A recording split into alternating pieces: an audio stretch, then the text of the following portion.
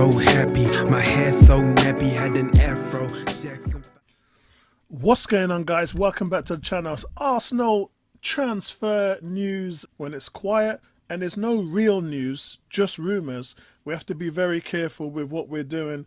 Everyone's prepping now for the Euros, and things are slightly starting to die down a bit because most of the quick opportunities windows are closing very fast. So we'll discuss that as we move forward. But before we do, I want to congratulate Martin Odegaard. He's been voted player of the season, and this is where I've got to share a joke with you guys, because a lot of people have been saying Declan Rice. Declan Rice also was the top of our vote on 101's forum on the YouTube channel's polls. But my personal choice was Martin Odegaard. And that's quite clear to see that this team is galvanized by his energy and what he produces in terms of his creativity. And we talked about this in the last video, #1 creative player in Europe. And it's not even close by a long way. The second person in comparison to him has created 13 less chances. That's how far and above he is versus the opposition. And I kept making the point that even when Kevin De Bruyne was fit the season before, Odegaard still outperformed him as when they played over 30 games plus. So congratulations on winning it for his second consecutive season now. The same as what Bukayo Saka did. Bukayo Saka won it 2 years in a row. And now Odegaard, in his first 2 full seasons of Arsenal, has won Player of the Season every season he's played for us. So fantastic, absolutely well-deserved. And it just goes to show you how amazing Saliba, Gabriel, Declan Rice. I probably would have had Gabriel before Saliba, simply because Saliba was making a few rash mistakes and Gabriel had taken that out of his game. On top of that, the threat that Gabriel poses inside the box as a scorer as well. And he just seems that much more of a statesman player going into his prime now. So that would be it, guys. For me, it would be Saliba, Gabriel, Declan Rice, and then my top choice would be Martin Odegaard. That's my top 4 players. But I do want to say, yes, it's a bit of a slow period now, but you guys should just kick back, try to forget about football for a couple of weeks, because your energy last season was immense. The crowd, honestly, the last day and the last game of the season was something I'd never experienced before in my life. It will stay with me forever. Just seeing the passion and the love. Can you imagine what it would have been like if we did win the title? That's what I live and hope for, because honestly, the way that we've embraced this new culture set by Edu and Arteta has been absolutely fantastic. And there are still some fans who are not a fan of what Arteta's doing, but those are in the minority now, and you can't even hear their voices anymore. Their voices have absolutely just been swamped out by the love, the desire and the positiveness in this culture. Arteta specifically said it's because of us, the fans' energy, why we are this good. So it just goes to show you, those who are just still not on board are just not bringing the right energy to the fan base. And I think as time goes on now, people will be able to see that much clearer. And we just live in hope that those people would feel the same way and feel the positiveness and feel the energy of what it's taken to even compete with Manchester City at this level. But I do want to talk about Josh Kroenke. Last month, he vowed that we will not stand still in our attempts to conquer English football. And Edu backed that up, and they confirmed that Arsenal is still working through the process when it comes to recruitment. And it is a process, guys. You know, you start off with your yellow book, as Arteta would say, and then you have Arsenal have 9 targets. I know that for a fact from my sources. And what they do is they just inquire about these players. So there's been a lot of stuff being thrown out that we're in for this player, we're in for that player. Not necessarily in, but we have an interest in that player.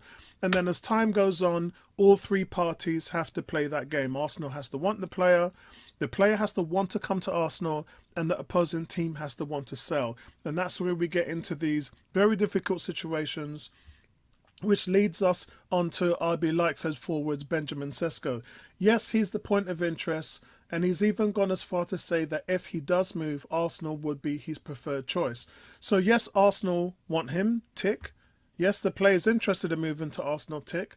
But then the hold up here is the opposing team Leipzig, who are now in the process of trying to talk to him to stay. So you see how these things work, guys. It's not always easy. Now, Sesko's contract is actually going to expire in 2028, so he still has 4 years left on the deal. Now, he's featured 31 times for the German team, scoring 14 goals and provided 2 assists. So any potential deal remains some way off from completion, with RB Leipzig eager to try and tie him down to an even newer deal. Imagine, he just signed a deal with 4 years left and they're still trying to sign him and to get an extension and pay him more money. But look, on top of that, Slovenia began their 2024 campaign in the Euros with a clash against Denmark on June the 16th. And guys, yes, that is a mere 8 days away. So there's just not a lot of time, in my opinion, to get a deal done. So it means at this point that we'll very unlikely see a deal done before the 14th of June. And that means that Arsenal will most likely miss the whole release clause of the 30th of June also, meaning that 55 million release clause could look like something like 70, 80 or even 90 million. So I think right now the club is making a play for him to stay, and it's quite normal. But for Arsenal, with Gabriel Jesus contributing just 4 goals in the league throughout the entirety of last season, he's not the answer. And I said that that experiment is done. It's finished. It's not even a conversation anymore. Now, Kai Havertz, for me, he's shown the promise when leading the line. And even though some Arsenal fans continue to scream for a natural scorer, like last year, we need a striker, we need a striker. Arsenal ended up breaking their franchise record for goals with 88. And then this season just finished, Arsenal fans screaming for a striker.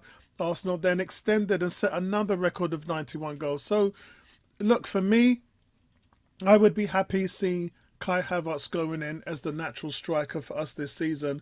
His goal record speaks for himself because of what he's produced with a quality team and setup with the 14 goals he scored this season. But I think for Sesko, he's got a great record as well. And it's his size and physical characteristics that's really eye-catching for us. It kind of reminds everybody of a younger Ibrahimovic. And also being ultra-quick, his all-round capabilities means that he has the versatility to play in a wide variety of positions for Arteta's tactical setups. So if Thomas Partey does leave, Sesko would likely play up top with Saka and Trossard, allowing Havertz to drop further back into the advance or double pivot midfield, which we saw earlier on in the season, where he was just an absolute defensive monster. And so that's probably what would happen if Partey leaves. But Sesko would be expected to play a greater role in possession as Arsenal look to break down low block defences. And for me, it would just have to end up adjusting his game a little bit more, being a lone striker as opposed to RB Leipzig, where he plays in a 2-man attack, which is deployed this season for his current team. So I also think it comes down to how much money Arsenal can bring in as well. So if you can raise 80, 90 million from maybe a Reece Nelson, Smith Rowe and Ketia, then you're kind of halfway on your way. And it shows that you've done some great work in your academy as well. Remember, guys, even though the transfer season has just kicked off, we are already minus 30 because of the David Raya deal. So a new midfield is also on the agenda, with the likes of Bruno Guimaraes, Onana and Martin Zubimendi. So I think for Newcastle, Everton and Real Sociedad, I think we have to watch at some point, especially with the Zubimendi deal. Arsenal are kind of backing away from that now. It's really gone cold. Although they were actually prepared to pay the 60 million release clause, Arsenal, they've now moved away from it because the deal that they have found in other options like Sesko is more important to them. It's more important for them to get a striker in than bring in Zubimendi at this point because they still have Thomas Partey. It's a shame because they're both Spanish, Zubimendi Spanish, Arteta is, and they get on very well. But I think for that one now, it may have just gone cold. But Arsenal may also look to strengthen their defence, ideally looking for an option to play on the left. Yes, I know we got Tomiyasu and I know we got Timber, but we can shift players all around the globe on the back line, and it's always good with the amount of games we've got coming up to just bring in more bodies. So they've considered a move for Ajax's teenager Hato, who's been scouted by some of the biggest teams in Europe. Now Hato, he signed a new contract running until the end of 2028 as well. So he's already captained Ajax and is considered one of the hottest prospects in European football. So for me, guys, he's definitely one to keep an eye on. No closure on that one yet. There's only just been communication finding out his availability. As for Thomas Partey, yes, if there's a market for his services, then I'm sure that Arsenal will look into selling him. But as the moment now, he's 31 years old. He's in the last year of his deal. It's probably worth Arsenal to keep him because I think that they've had the best of him as well as Atletico Madrid. Because of his injury record, I don't think, if for any team spending 30 million on a Partey with his injury record, that's not good money management for a 31-year-old injured player. So it was often Jorginho who filled that deep line role, but he's not quite capable of playing twice a week on a regular basis. So I think Arsenal looking at Joshua Kimmich from Bayern Munich, because his contract situation, of course, his availability potentially could be as little as 35 million euros. That's 29 million pounds. And that would be great money if it came through. I know you guys, when I talked about it on the polls, you all voted for him. You all said you'd rather see Kimmich come in. And I think that would be a fantastic move for Arsenal. So keep your eyes on that. Again, no real advancement there in the deal, but there has been communication there. And for Edu also, we're talking about the midfield, Edu is also monitoring Aston Villa's Douglas Luiz. But that looks like it's at least a 50-60 million deal now. Considering Arsenal's first two bids were 20 and 25 million respectively, I'm sure Villa wouldn't want to see him go. He bagged in 10 goals and 10 assists in all competitions for Unai Emery last season on their road to the Champions League. So I'm not sure whether his availability is going to be there, but he was interested in coming to play for us. So we'll have to see what that looks like now.